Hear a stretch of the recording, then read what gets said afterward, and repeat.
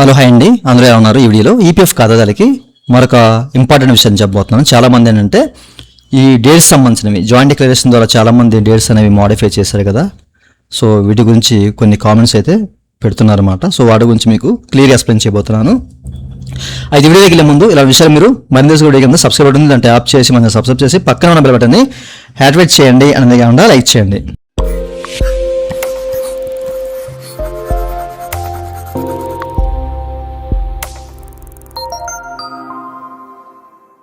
ఇక టాపిక్లోకి వెళ్ళే ముందు పీఎఫ్ సంబంధించి మీకు ఏ విధమైన సలహా కావాలన్నా సందేహం ఉన్నా కానీ మమ్మల్ని అయితే కనెక్ట్ అవ్వచ్చు. పేరు సర్వీస్ ఉంది మా వాట్సాప్ వీడియో కింద మీరు డిస్క్రిప్షన్, అలాగే స్క్రీన్ మీద చెక్ చేసుకోవచ్చు. వాట్సాప్ ద్వారా మాత్రమే కనెక్ట్ అవ్వండి. అయితే ఈ వీడియోలో చాలామంది ఇంతకుముందు మనకి జాయింట్ డిక్లరేషన్ ద్వారా మన డేట్స్ అనేవి జాయిన్ డేటు అలాగే ఎగ్జిట్ డేటు మోడిఫై చేసుకోవడానికి వితౌట్ డాక్యుమెంట్ ఆప్షన్ ఇచ్చారు ఈపీఎఫ్ ఆఫీస్ వాళ్ళు, ఓకేనా. సో అయితే ఆ తర్వాత దాన్ని తీసేశారనమాట. మళ్ళీ ఎప్పుడు ఇస్తారు అనేది క్లారిటీ అయితే లేదు, బట్ రావచ్చు రాకపోవచ్చు.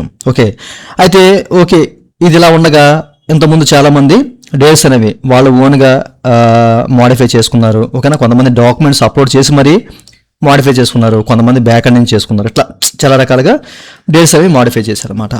అయితే ఇప్పుడు అవి చూస్తే కనుక సర్వీస్ హిస్టరీలో ఈ 3.0కి మైగ్రేషన్ అయినప్పుడు, పోస్ట్ మైగ్రేషన్ అయినప్పుడు అవి మళ్ళీ రివర్ట్ అయినాయి అన్నమాట, ఓకేనా.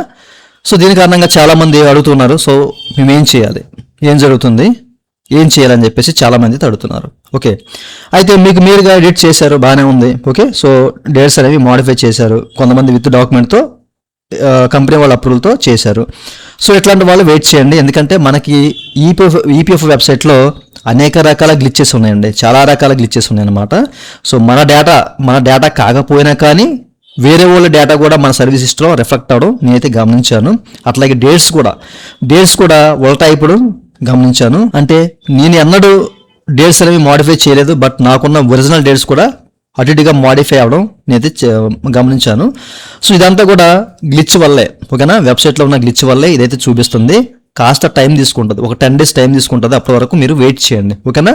మళ్ళీ అవి మీకు రివోక్ అయ్యే ఛాన్స్ ఉంది మళ్ళీ అవి, ఓకేనా.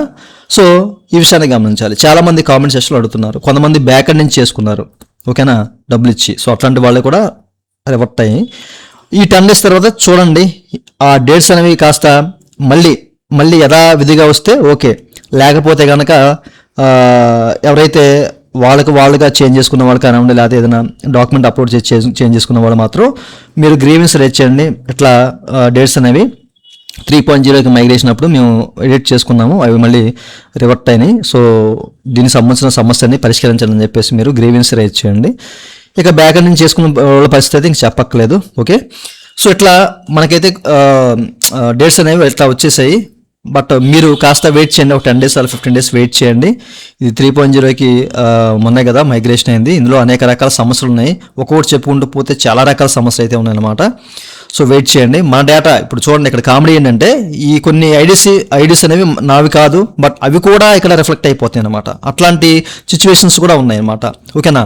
సో మనం జస్ట్ ఐడి మీద ఇట్లాగా కర్సర్ తీసుకెళ్తాం కదా, జస్ట్ ఇట్లా మనము పేజ్ చేయంగానే మన నేము, డేట్ ఆఫ్ బర్త్, డేటా అంతా కనబడుతుంది. అక్కడ మన నేమ్ కనిపిస్తుంది అనమాట, వేరే వాళ్ళ నేమ్ కనిపిస్తూ ఉంటుంది. ఇట్లాంటి సిచ్యువేషన్స్ కూడా ప్రస్తుతానికి ఉన్నాయి.